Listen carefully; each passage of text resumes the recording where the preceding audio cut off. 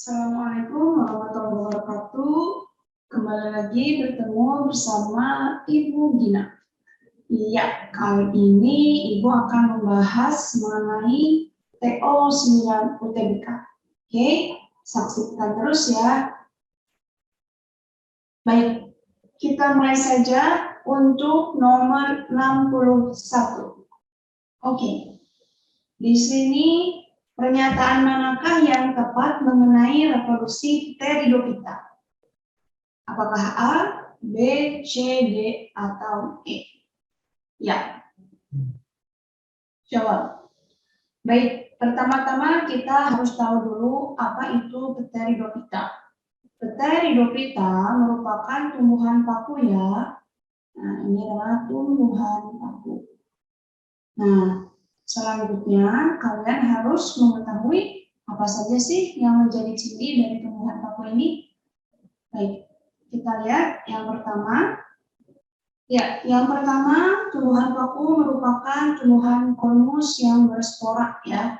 Konmus berarti sudah sejati dan paku ini bisa menghasilkan spora. Kemudian yang kedua untuk tumbuhan paku dia memiliki ciri khas berupa circinatus. Circinatus ini merupakan daun muda yang menggulung. Kemudian yang ketiga kita lihat yang namanya tanaman paku pasti akan mengalami pergiliran keturunan. Di antaranya ada dua fase, yaitu fase gametofit dan juga fase sporofit. Namun untuk paku ini, untuk fase sporofitnya itu lebih dominan, ya. Dan biasanya fase sporofit ini memiliki jumlah kromosom sebanyak 2N atau diploid. Kemudian yang namanya tumbuhan paku, karena tadi dia sudah termasuk konmus, maka dari itu pastinya dia memiliki akar, kemudian batang, dan daun yang sudah sejati. Artinya ini sudah ada tipe akar, batang, dan juga daunnya. Oke, nah seperti itu ya. Baik, kita lihat sekarang ke soal. Pernyataan yang tepat mengenai reproduksi Pteridophyta. Fase sporofit mempunyai kromosom M. Ingat tadi kata Budina yang namanya sporofit pasti 2N ya. Berarti ini salah ya. Lanjut, generasi sporofit memiliki masa hidup yang lebih pendek dibandingkan generasi gametofitnya. Nah, tadi Kak Gina katakan bahwa fase sporofit tumbuhan paku ini merupakan fase dominan. Otomatis fase ini berumur panjang ya. Berumur panjang. Oke. Nah, berarti yang B juga salah ya.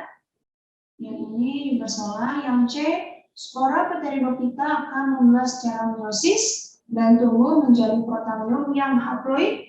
Nah, apakah sporanya si Pteridophyta itu membelah secara meiosis? Nah, kalau kita lihat sebetulnya sporanya ini bukan spora yang membelah secara meiosis, tapi sel induk spora ya. Jadi kalau si spora memang sudah 1N atau haploid, cuman dia tidak mengalami meiosis ya. Oke, jadi ini salah ya. Untuk yang D, fase sporofitnya lebih dominan daripada fase gametofit, betul ya. Kemudian tumbuhan paku yang sering kita lihat adalah fase gametofit, no. Tumbuhan yang sering kita lihat ya, artinya ini berada pada fase dominan. Nah, ya jadi fase dominan ini bisa juga diartikan sebagai fase yang bisa dilihat sehari-hari. Bisa dilihat sehari-hari. Oke, dengan demikian jawaban untuk nomor 61 ini adalah yang D. Baik, kita lanjut ke nomor 62. Bagian telinga dalam yang berfungsi sebagai alat keseimbangan dinamis adalah, nah, apakah A jendela oval, B membran timpani, C saluran semicircularis, ataukah D sacculus dan utriculus, ataukah E organon conti? Oke, ini mengingatkan kembali pada kelas 11 semester 2 ya, tentang sistem koordinasi, salah satunya adalah sistem indra.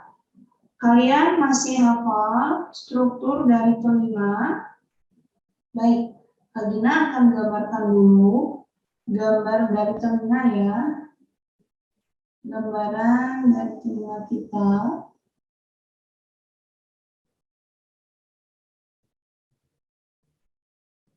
Baik, ini adalah kurang lebih gambar telinga, struktur dari telinga kita, ya. Oke, pertama di sini ada yang namanya pina atau daun telinga. Kemudian ini adalah saluran telinga bagian luar. Nah, pina dan juga saluran telinga luar ini termasuk bagian telinga luar. Bagian telinga luar. Oke. Selanjutnya di sini ada membran timpani atau yang sering kita sebut dengan gendang telinga ya. Membran timpani atau gendang telinga. Kemudian di sini ada 3 buah tulang pendengaran. Di antaranya ada martir, kemudian landasan, dan juga satu lagi ini adalah sanggurdi. Atau kalau pakai nama Latin itu malleus, incus, dan stapes. Selanjutnya di sini ada suatu saluran yang menghubungkan antara telinga dengan rongga faring, itu disebut dengan saluran eustachius. Nah, ya. Jadi mulai dari membran timpani sampai dengan saluran eustachius ini termasuk dalam telinga tengah. Telinga bagian tengah. Nah, selanjutnya di sini ada saluran semisirkularis atau biasanya sering kita sebut dengan saluran 3,5 lingkaran, ya. Nah, kemudian di sini tepat pada bagian dasar dari si saluran semisirkularis ini itu terdapat yang namanya sacculus dan juga utriculus, ya. Sacculus dan utriculus. Seperti itu. Kemudian di sini, nah kenapa ini Kak Gina gambarkan bulat? Ini sebetulnya suatu ruangan, suatu rongga ya. Cuma rongganya tidak terlalu besar seperti ini ya. Dan biar gampang juga di sini nanti rumah siputnya atau sebagian kokleanya Kak Gina misalkan sebelah sini ya. Ini adalah koklea atau yang kita kenal dengan rumah siput. Nah ini merupakan saraf nomor 8 atau saraf auditori. Oke, yang merupakan salah satu saraf kranial. Oke, selanjutnya di sini, nah ini adalah jendela oval ya. Jendela oval. Kemudian yang ini adalah jendela bulat atau biasanya disebut dengan tingkap bulat atau tadi jendela oval atau tingkap oval ya. Jelas ya mengenai struktur telinga. Nah, kita lihat di sini kita langsung identifikasi saja. Tapi sebelumnya mulai dari saluran semisirkularis sampai dengan saraf nomor 8 ini termasuk telinga bagian dalam. Oke.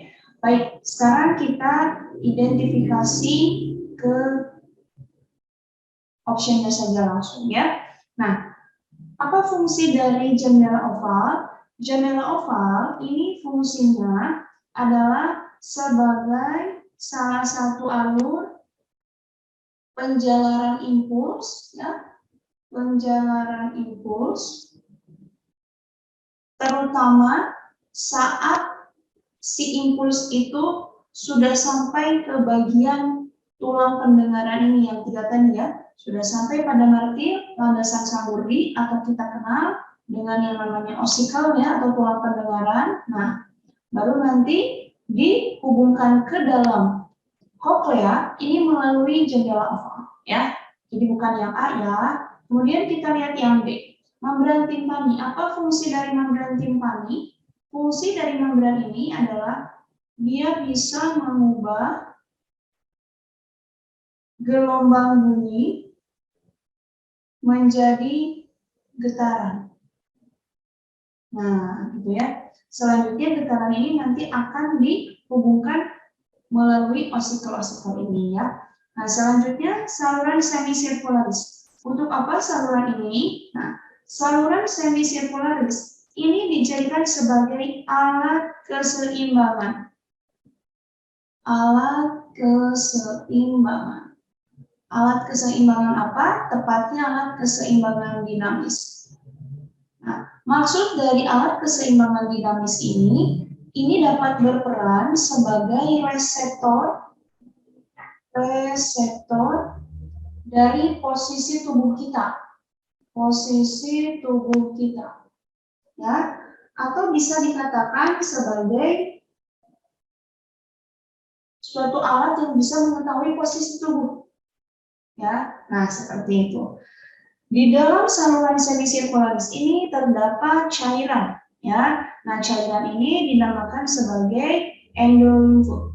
Nah, jadi nanti kita bisa terdeteksi kita seperti apa nih? Nah, misalnya seperti ini ya. Nah, ketika misalnya Kak Gina sedang berdiri misalnya, ya. Nah, kemudian ketika Kak Gina berdiri, yang tadinya Kak Gina duduk, kemudian Kak Gina berdiri, ternyata terkadang ada pusing sedikit misalnya ya dari duduk, atau misalnya dari tidur, kemudian kita berdiri. Nah, itu kan ada perubahan posisi tubuh ya. Nah, ketika posisi tubuh berubah, cairan endolimfu ini akan bergerak, ya, istilahnya akan bergoyang-goyang di sini, akan bergerak. Nah, ketika si cairan endolimfu ini bergerak, ini membuat kita seolah-olah seperti kelainan. Nah, istilahnya kelainan, jadi kayak pusing. Oke, seperti pusing. Nah, kenapa seperti pusing? Karena cairan endolimfunya masih bergerak. Namun setelah cairan endolimfunya sudah tidak bergerak lagi, maka kita akan merasakan tidak pusing lagi dan juga seolah-olah tubuh kita seimbang. Oke, nah kebetulan juga di saluran semisirkularis ini, tepat di bagian dasarnya, nah di sini memang ada sel-sel rambut ya, sel-sel rambut tersebut nanti itu akan mengirimkan sinyal atau impuls ya ke otak. Jadi otak nanti akan mengatur keseimbangan tubuh kita, seperti itu ya. Nah, berarti dengan demikian, seperti itu ya untuk saluran semisirkularis. Nah, udah ketahuan jawabannya ya. Tapi satu lagi, di sini ada sulcus utricus. Nah, sulcus utricus ini juga sama. Dia merupakan alat keseimbangan, tapi disebut dengan alat keseimbangan statis. Ya, statis. Biasanya alat keseimbangan statis ini sering disebut sebagai reseptor gerak kepala. Ya, reseptor gerak kepala. Nah, jadi ada reseptor posisi tubuh, ada reseptor gerak kepala. Oke. Dan organel kortis satu lagi ini sebagai reseptor suara ya, bisa dikatakan dia reseptor suara. Artinya apa? Artinya dialah yang bisa mengubah apa coba? Mengubah si getaran yang dihasilkan tadi di dalam telinga itu bisa diubah menjadi impuls listrik ya. Nah, jadi yang mengubah getaran menjadi impuls listrik ya, ini adalah si organon korti. Organon korti. Nah, dengan demikian ini juga disebut sebagai reseptor suara. Oke, jadi jawaban untuk nomor 62 adalah C. Nomor 63. Setelah telofase 2 meiosis, susunan kromosom setiap sel anak adalah, nah, di sini kita lihat dulu ya, apakah yang A, B, C, D, atau E. Oke, untuk telofase 2, ini merupakan salah satu tahapan dari meiosis kedua, ya. Salah satu tahapan dari meiosis kedua. Nah, sebelumnya kalian masih ingat, sebelum meiosis 2 terjadi, pasti harus diawali dengan yang namanya meiosis 1, ya. Meiosis 1. Baik, Kak Dina akan gambarkan ketika meiosis 1, terutama saat profase 1, ini kurang lebih ya, gambar dari si kromosomnya ini seperti ini. Nah, ini bentuknya masih bentuk tetrad ya, seperti ini. Kemudian untuk metafase 1, nah, si tetrad itu nanti akan berjejer, berderet di bidang ekuator atau di bidang pembelahan ya. Oke. Kemudian untuk anafase 1,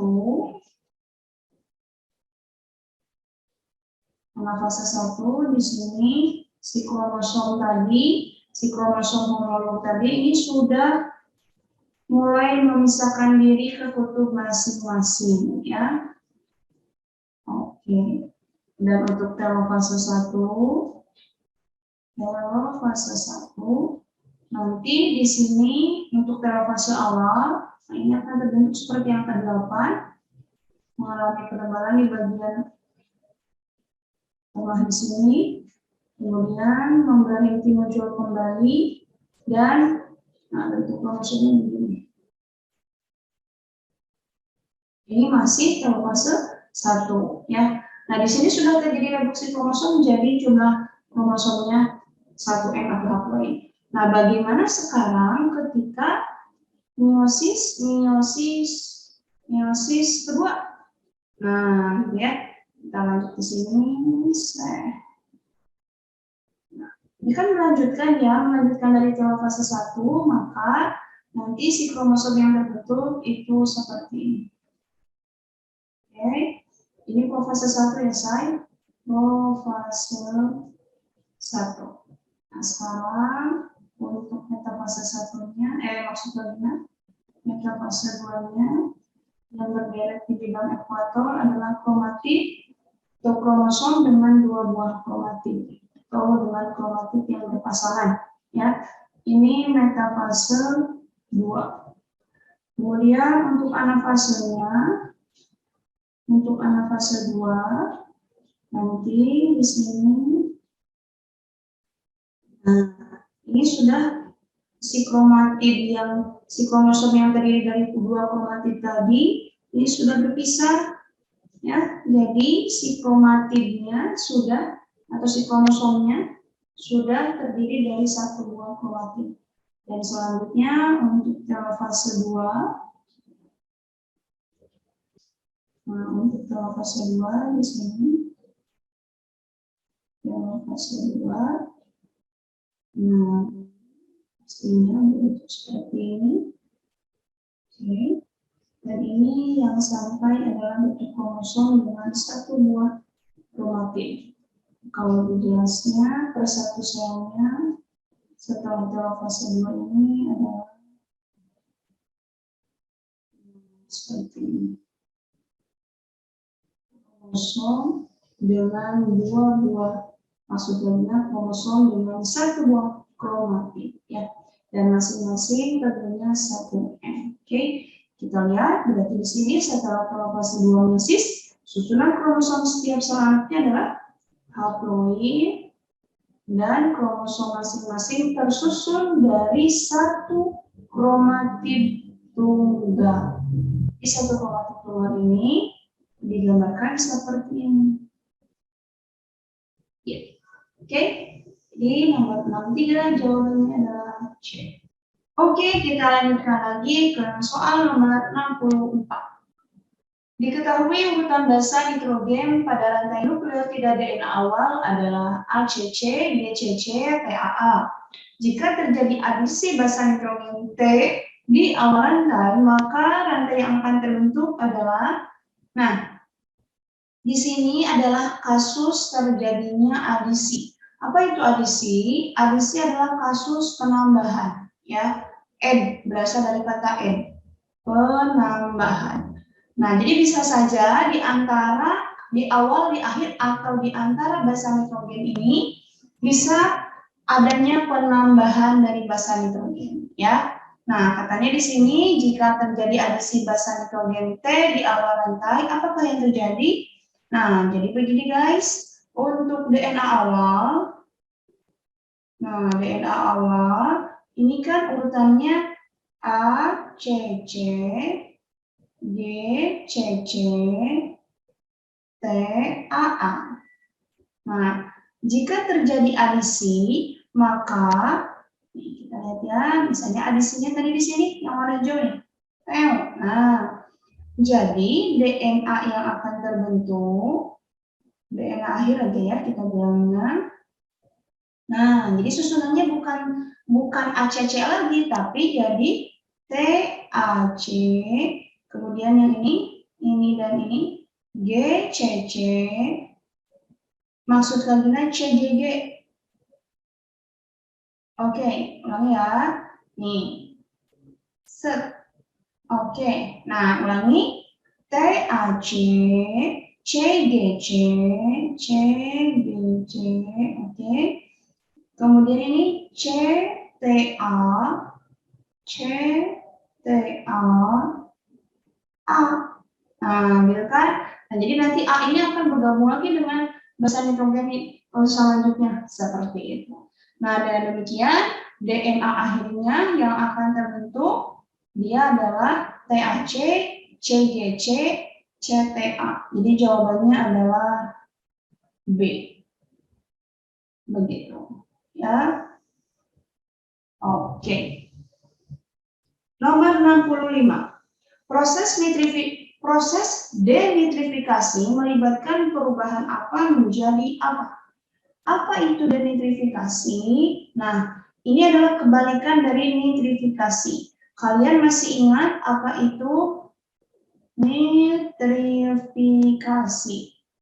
Nah, nitrifikasi ini bisa kita artikan sebagai proses pembentukan nitrat, ya. Pembentukan nitrat. Dari mana? Dari siapa yang bisa melakukannya? Nah, yang bisa melakukannya ini adalah bakteri nitrifikasi. Nitrifikasi. Seperti itu, ya. Nah, dalam hal ini, bakteri nitrifikasi membentuk nitrat dengan tujuan si nitrat ini nanti akan diserap oleh tumbuhan, tapi si bakteri nitrifikasi ini nanti akan membutuhkan ATP yang dihasilkan dari hasil samping si proses nitrifikasi ini. Buat apa ATP-nya? Untuk membentuk glukosa. Nah, sifatnya seperti itu ya. Jadi ternyata untuk membentuk glukosa, ketiga bakteri ini perlu energi kimia berupa ATP. Makanya mereka ini membentuk nitrat dulu untuk mendapatkan hasil sampingnya berupa ATP. Nah, sekarang apa yang dimaksud dengan denitrifikasi? Nah, saat nih kalau kalian gambarkan seperti ini ya, kurang lebih. Jadi kalau misalnya di sini ada pohon, ya, ada pohon, besar, ya. Nah, di sini ada akar-akar tumbuhan. Nah, ini ya. Terus di sini ada manusia. Di sini juga ada hewan. Nah, di sini ceritanya atmosfer ya. Atmosfer. Tentunya di atmosfer ini ada yang namanya nitrogen dalam bentuk gas ya, nitrogen bebas. Nah, ternyata si nitrogen bebas ini, guys, dia ada yang bisa masuk ke dalam tanah, ya. Nah, artinya si nitrogennya tinggal difiksasi aja. Nah, ini biasanya difiksasi secara langsung. Jadi namanya fiksasi langsung. Oke, biasanya yang melakukan itu adalah bakteri Azotobacter. Nah, selain Azotobacter ada juga dari genus Rhodospirium. Gitu ya. Nah, ada juga yang si N2 ini nanti akan diikat oleh sesuatu. Nah, sesuatu itu tapi harus membentuk simbiosis. Nah, simbiosisnya dilakukan dengan akar tanaman polongan, sehingga bentuk dari simbiosis ini akan nampak di akarnya, yaitu terdapat bintil-bintil akar, ya, bintil akar. Nah, tumbuhan yang melakukannya pun tidak sembarangan. Di sini biasanya tumbuhan dengan akar yang polong-polongan. Akar polong-polongan gitu ya. Nah, biasanya si tumbuhan ini bernama atau terdapat dari disebut dengan leguminosae ya, di tanaman polong-polongan gitu ya. Nah, selanjutnya di sini misalnya nih, lanjutkan lagi ya, si N2 ini sudah masuk ke dalam tanah misalnya, sudah difiksasi oleh si azotobakter tadi. Nah, nanti si nitrogen ini akan diubah menjadi NH3 dulu. Ya, nah ini tentunya dibantu oleh suatu bakteri juga ya. Nah ini prosesnya dinamakan dengan amonifikasi, pembentukan amonia. Nanti si NH3 ini akan dibentuk menjadi NO2. NO2 ini merupakan nitrit, gitu. Tentunya ini juga dibantu oleh bakteri. Namanya ini adalah nitrosomonas, gitu ya. Dan juga ada nitrosococcus. Nah, begitu ya. Nah, kemudian nanti si nitrit ini ya, dia akan diubah menjadi NO3, di mana NO3 ini merupakan nitrat. Nah, tentunya ini dibantu oleh suatu bakteri lagi bernama nitrobacter. Nitrobacter. Nah, itu. Apa yang terjadi ketika si nitrogen sudah terbentuk? Maka nanti maksudnya gimana? Kalau si nitrat sudah terbentuk, dia akan langsung diserap oleh akar tumbuhan, ya. Jadi nanti di sini akan diserap oleh tumbuhan, karena tumbuhan butuh nitrat. Nah, apa yang terjadi jika kondisi tanah ini kekurangan oksigen? Karena saat terjadinya pembentukan nitrat, kondisi tanah harus kaya akan oksigen. Nah, jika tanah mengalami kekurangan oksigen, maka si nitrat ini akan diubah menjadi bentuk N2 lagi atau bentuk gas nitrogen gitu. Nah, jadi si nitrat ini nantinya akan diubah menjadi gas nitrogen dan proses ini dinamakan denitrifikasi seperti itu. Dengan demikian nomor 65 ini proses denitrifikasi melibatkan perubahan nitrat menjadi nitrogen. Jadi jawabannya D. Oke.